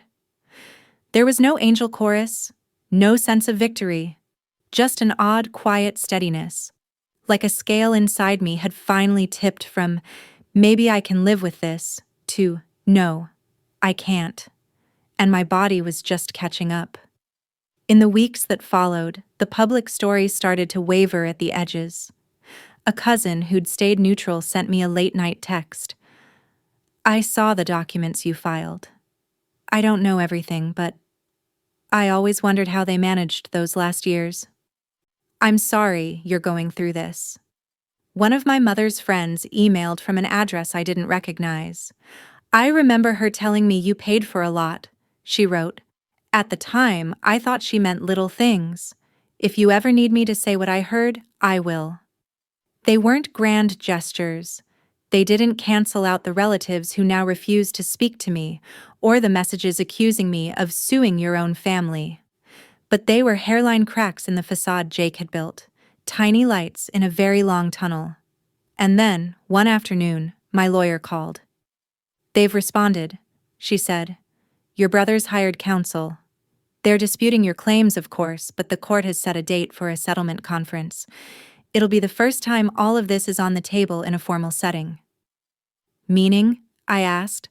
"Meaning," she said. "The story moves out of living rooms and group chats and into a room where someone impartial is listening. He doesn't get to control the narrative there." After we hung up, I sat alone in my quiet, too familiar house, staring at the calendar where she'd told me to circle the date. Whatever happened in that room, whatever deals were offered or rejected, was going to be the moment this stopped being a private family betrayal and turned into something else. A public reckoning neither of us could spin away. The room turned out to be smaller than the one I'd built in my head. Just a long table, a handful of chairs, a pitcher of water, and a stack of files that represented the last 10 years of my life. No dramatic lighting, no raised bench, Just people and paper and the quiet knowledge that after this, nothing would go back to what it was. Jake walked in with his lawyer like he was arriving at a business meeting, confident, polished, a little impatient. He nodded at me, not quite a greeting, more like an acknowledgement that I existed and was currently an inconvenience. On my side of the table, it was me and my attorney. Behind us, there were a few chairs along the wall where interested parties could sit.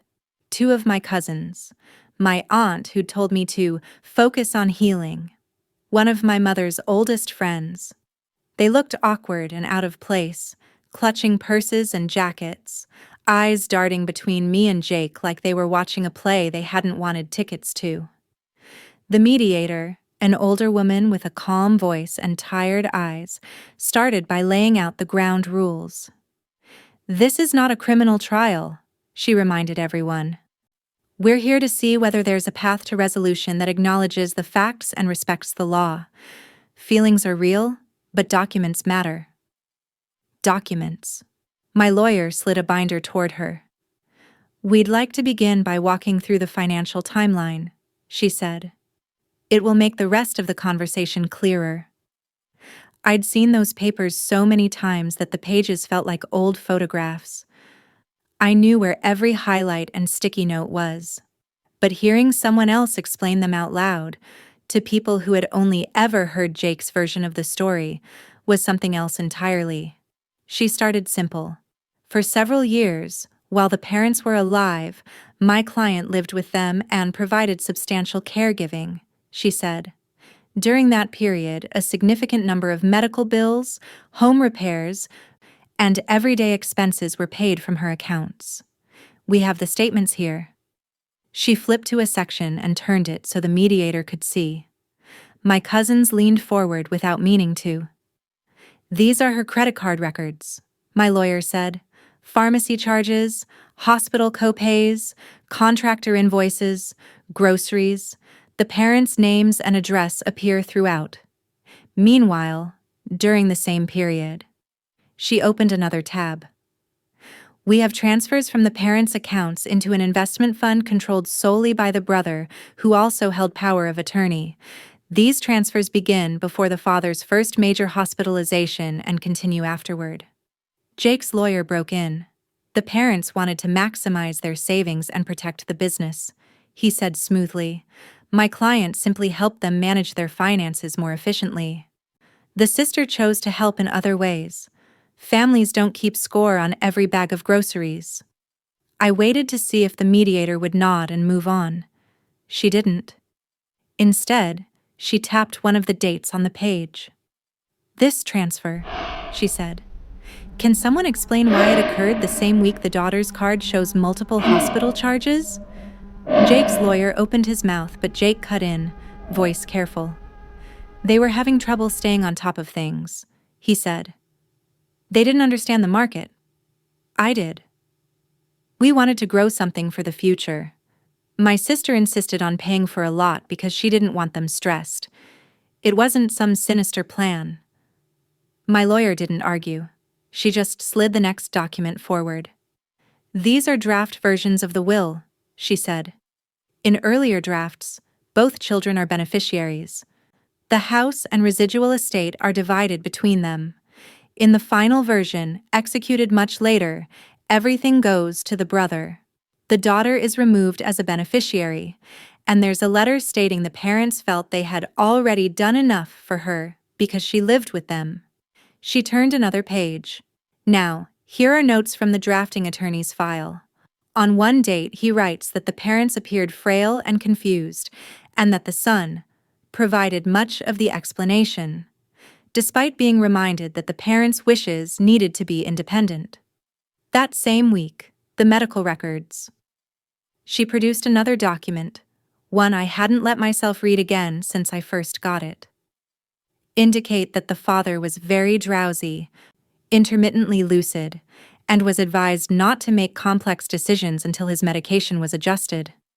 Someone behind me exhaled sharply. Jake shifted in his seat.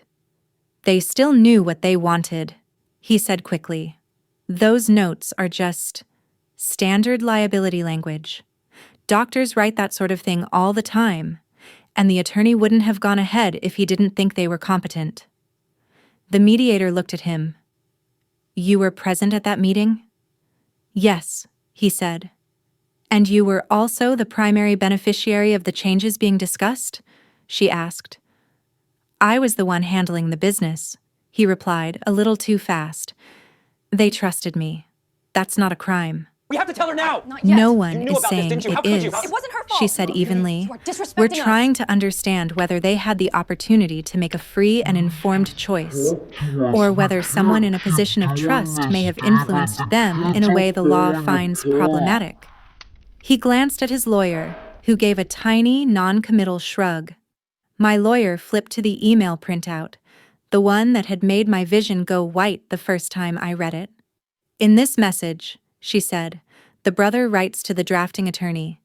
We just want the documents to reflect what's fair, so she doesn't feel entitled to more later." He describes the sister as having lived rent-free and emphasizes that the parents have already supported her extensively. She slid a copy to the mediator, then another toward Jake's side. Jake's lawyer tried for a chuckle. "That's hardly unusual," he said.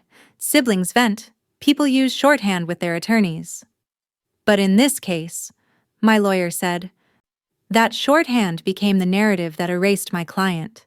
The parents end up signing a will that mirrors the son's language almost exactly, at a time when their medical chart describes confusion and sedation. Meanwhile, the sister is paying their bills and being told there is nothing left." The mediator folded her hands. "Mr. Nolan," she said to Jake, "can you explain why, if your parents were so strapped for cash that your sister needed to pay so much of their expenses, they were still able to move this amount?" She tapped the transfer totals. "Into accounts you controlled?" Jake swallowed. "They wanted to save the business," he said. "They were terrified of losing it. We agreed that I would handle that side, and she would help with day-to-day things. It was a division of labor." "A division of labor," I said finally, my voice steady. "Except only one of us got a paycheck at the end." He shot me a look that said, "Shut up," but the mediator nodded thoughtfully. "I understand that fear can drive people to make unbalanced choices," she said. "What concerns me is that the person benefiting from this arrangement was also the one describing the situation to everyone else, including to your sister, who was told they were barely scraping by." My parents' friend, the one along the wall, spoke up. "They told me that too," she said softly. "She'd show up with bags of groceries, and your mother would say, 'Thank God, we couldn't have managed this week.' I didn't realize there was money somewhere else." Jake's jaw clenched.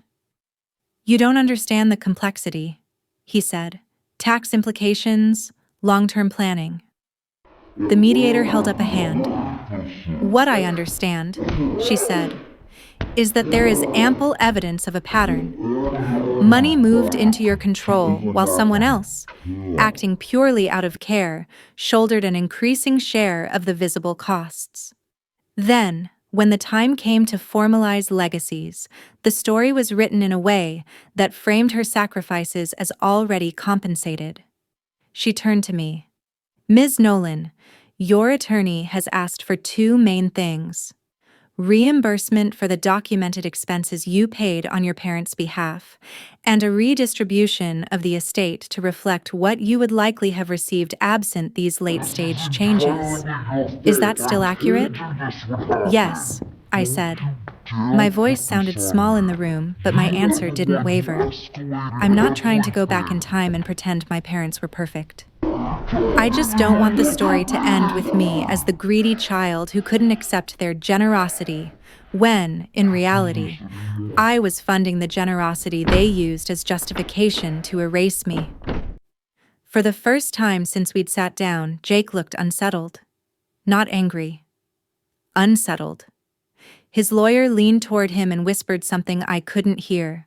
There was a long pause. "Off the record," the lawyer said finally, addressing the mediator. My client acknowledges that there may have been misunderstandings about the extent of his sister's contributions. He's willing to consider a settlement that includes reimbursing documented expenses and a partial transfer of assets to avoid prolonged litigation. The mediator nodded slowly. That may be wise, she said. The court will consider not just the documents, but the context, and the context here is not flattering. They huddled, speaking in low voices. My lawyer leaned toward me. You don't have to decide anything today, she murmured. But this is the part where you remember what you actually need, not what would hurt him the most. What I wanted, in some fantasy corner of my mind, was impossible. My parents alive, apologizing, saying they had been scared and misled and that they were sorry. What I could have was different. Enough to rebuild the years I'd given up, and something tangible that said, you were here. You mattered. When they finally came back with an offer, it was ugly and grudging and smaller than what a court might have ordered if everything went perfectly my way. But it included full reimbursement of my documented expenses, a significant portion of the remaining investments, and one thing that made my throat tighten: the house. Jake had fought to keep it. I could tell by the way his lawyer couched it as a painful concession. But in the end, it was on the table. If I accepted, the title would transfer to me. If I refused, we would drag each other through months, maybe years, of depositions and hearings. I thought about the house the way it had been. The sound of my parents' voices in the kitchen, the worn spot on the banister from my father's hand, the ghosts of every late-night conversation I'd had with my mother at the dining table. I also thought about the version I'd come to know at the end: stacks of bills, unpaid repairs, me pacing the hallway with a phone pressed to my ear, listening to doctors and pharmacists and, sometimes, Jake. It wasn't a prize. It was a responsibility, a symbol, and a chance to decide what I wanted to carry forward and what I was finally ready to leave behind. I'll accept, I said eventually, my voice calm. On one condition. Jake's head snapped up. What now? He demanded. That the settlement agreement includes an acknowledgement, I said. Not an apology, since you clearly aren't capable of that. Just a line stipulating that I provided substantial financial and caregiving support in our parents' final years, and that this settlement reflects that contribution. His lawyer started to object. The mediator cut him off.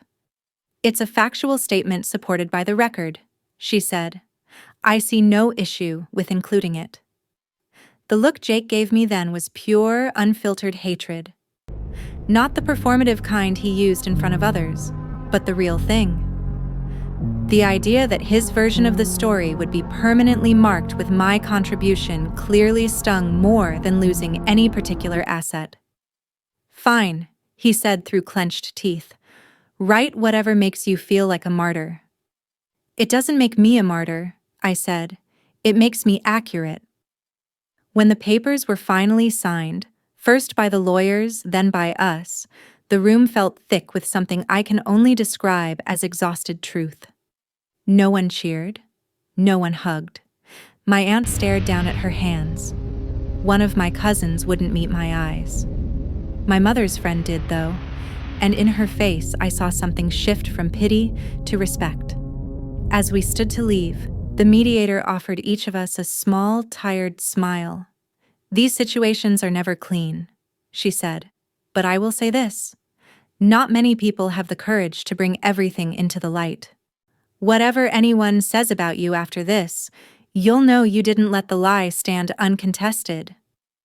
In the hallway outside, Jake brushed past me without a word. His phone was already in his hand, thumbs flying, probably rewriting the story for whoever would listen next. I stepped out of the building into a gray, ordinary afternoon. The world hadn't changed. Cars still passed. Someone argued into a headset on the sidewalk. A kid laughed too loudly on a scooter.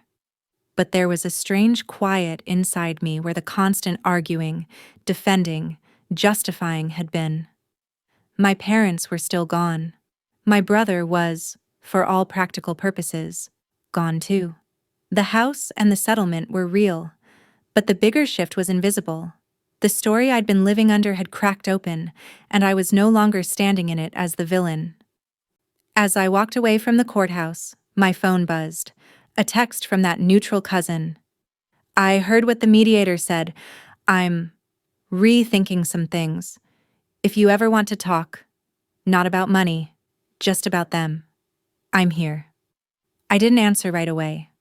For the first time, I realized I got to decide who counted as family from here on out, and what kind of life I wanted to build now that justice, in its imperfect way, had finally had its say. I stared at that text from my cousin for a long time before I answered it. For years, the idea of family had meant the people I owed something to, the people whose comfort came before my own. Now, for the first time, I was treating it like a question instead of a fixed fact. Who gets to be in that circle? Who actually shows up, not just when there are cameras and casseroles, but when the truth is ugly and inconvenient? I finally typed back, "Thank you. I'm not ready to talk a lot yet, but I appreciate you saying that," and hit send. After the settlement, life got very quiet in a way that felt almost wrong at first. No more calls with lawyers, no more digging through boxes for that one missing statement, no more calendar dates circled in red. Just the everyday noise of a house that was now legally mine, and the strange internal silence after a long, exhausting argument. People reacted in predictable, messy ways. Some relatives tried to slide back into my life as if nothing had happened. An aunt sent me a recipe and a smiley face, like we'd just lost touch for a while. An uncle called to tell me about his bad knee, ignoring the fact that the last time we spoke, he'd accused me of dragging the family name through mud. A few of them offered what I've learned to call non-apologies. "We didn't know the whole story," one cousin said on the phone. "We just heard what Jake was saying." "You could have asked," I answered, not unkindly. "I was there the whole time. You all knew my number." There was a pause, then a quick change of subject. That's how it went with most of them. They wanted the comfort of normal without the discomfort of owning what they'd said when they thought I was the villain. Others stayed gone. They never called, never texted, never sent a card. They remained in orbit around my brother, in the version of the story where he fought nobly to protect our parents' wishes, and I was the crazy sister who made trouble over money. Losing them hurt in theory, but in practice, it felt a lot like what had been happening for years anyway. I had been alone long before I ever hired a lawyer. And then there were the in-betweens. The cousin who'd reached out from the courthouse bench kept gently checking in. My mother's old friend invited me to coffee and, when I showed up, didn't ask for details. She just said, "Your mother loved you very much and was very grateful for you. She didn't always know how to show it. I'm sorry I didn't speak up sooner." That sorry landed deeper than she probably realized. I started setting rules, not in a dramatic announcement, but in small, consistent choices. I didn't go to gatherings where I knew Jake would be, or where people had made it clear they thought I was at fault. If someone wanted access to me without acknowledging what had happened, I let the conversation drift away and, eventually, let the relationship do the same. The biggest boundary, of course, was with Jake. We technically still had each other's numbers, but communication moved to email through lawyers, and then, once the last check cleared and the last title changed, stopped altogether. There was no big confrontation, no final screaming match, just a mutual, heavy silence where a sibling relationship used to be. I grieved that, even as I knew that whatever we had before had been sitting on a rot, I was only just now admitting to myself. Practically speaking, the settlement didn't make me rich. It made me level. It paid off the credit card balances I'd been quietly accumulating while buying my parents' medications and paying their copays. It cleared the lingering medical debt in my own name from the stress-related health issues I'd been ignoring. The house was the hardest decision. For a while, I moved through it like a tenant, afraid to disturb the previous owners. Their photos still on the walls, their blankets folded over the arm of the couch, their mismatched dishes in the cabinets. It felt wrong to throw anything away and wrong to keep living in a museum built out of their absence. Eventually, little by little, I started claiming space. I boxed up the paperwork and stored it in a closet instead of leaving it spread across the dining table like a permanent autopsy. I took down the staged family photos my mother loved, the ones where we were all dressed in coordinating colors, pretending to be a catalog family, and replaced a few of them with smaller, more candid shots that felt real. My father laughing with his head thrown back, my mother squinting into the sun at a picnic, hair a mess, mouth full of watermelon. I repainted the bedroom I'd grown up in, chose my own furniture, bought new sheets with my own money from a place of, I like this, instead of, is this on sale? For the first time in my life, I wasn't asking myself what my parents would think every time I made a decision in that house. The irony wasn't lost on me. The place they'd tried to use as proof they'd already done enough for me became the place where I finally started doing enough for myself. I also did something that would have made the old version of me deeply uncomfortable. I hired a financial planner. We sat at her desk with spreadsheets and projections, and she treated what I had not as some shameful settlement I should feel guilty for, but as a starting point. First, we make sure you're safe, she said. Emergency fund, retirement contributions, maybe some updates to the house that are actually about your comfort, not just resale value. Then, if you want, we can talk about long-term goals, travel, education, starting something of your own. For years, all my goals had been about keeping my parents' world from collapsing. The idea that my money and my time could be used to build something that began and ended with me felt almost scandalous. I thought about going back to school for the degree I'd put off. I thought about starting a small business, something that had nothing to do with office supplies or the legacy my father had been so scared of losing. I didn't make any grand leaps overnight, but just allowing myself to wonder, what do I want? Instead of, what do they need? Was its own quiet revolution. As I rebuilt, my relationship with my parents shifted into something more honest. I still miss them. Grief didn't evaporate just because a judge agreed that parts of their will were compromised. I missed my mother's laugh, my father's terrible jokes, the way they used to sit together in the evenings and bicker about nothing. But I stopped telling myself the story that they were secretly keeping a detailed ledger of my sacrifices and would someday balance it perfectly. The truth was harder and more human. They were scared. They were tired. They were vulnerable to flattery, and they had blind spots the size of their golden sun. They loved me in the ways they knew how, and they failed me in ways that left marks I'll probably be tracing for the rest of my life. Both of those things can be true at the same time.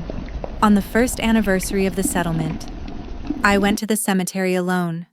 I stood by their headstone and, for once, didn't give them a carefully edited version of how I was doing. I fought for myself. I told them out loud. I wish I hadn't had to fight you to do it. I hope, wherever you are, you see the whole picture now. I hope you see me. The wind was the only answer, but I felt something loosen inside me. Not forgiveness exactly. Not yet. But a sense that I no longer needed them to rewrite the past for me to move forward. These days, when I say family, I mean the cousin who listened without trying to fix the narrative. I mean my mother's friend, who risked being impolite to tell the truth in that mediation room. I mean the neighbor who brought over soup when the case was at its worst and didn't ask for gossip in return. I mean the people I've chosen and who have chosen me, not out of obligation or shared last names, but out of mutual respect. I don't have a picture-perfect ending to offer you. My brother is still out there, telling whatever version of this story makes him look like the hero. There are relatives I will probably never see again except as distant faces in social media photos. My parents are still buried under the same stone, and the house still creaks the way it always has. But the woman living in that house is not the same responsible child who once believed that if she just gave enough, the adults would sort out the fairness later. They left me nothing on paper and handed everything to the son they trusted most. In the end, though, he's the one who has to live with what those papers say about him. I'm the one who walked away with my name cleared, my boundaries intact, and a life I am finally, deliberately building for myself. It's not the inheritance I thought I was fighting for. It's better. It's the understanding that my worth was never theirs to distribute in the first place, and that the real justice wasn't just in the money I recovered, but in finally stepping out of the background and claiming my own story as something no one else gets to rewrite.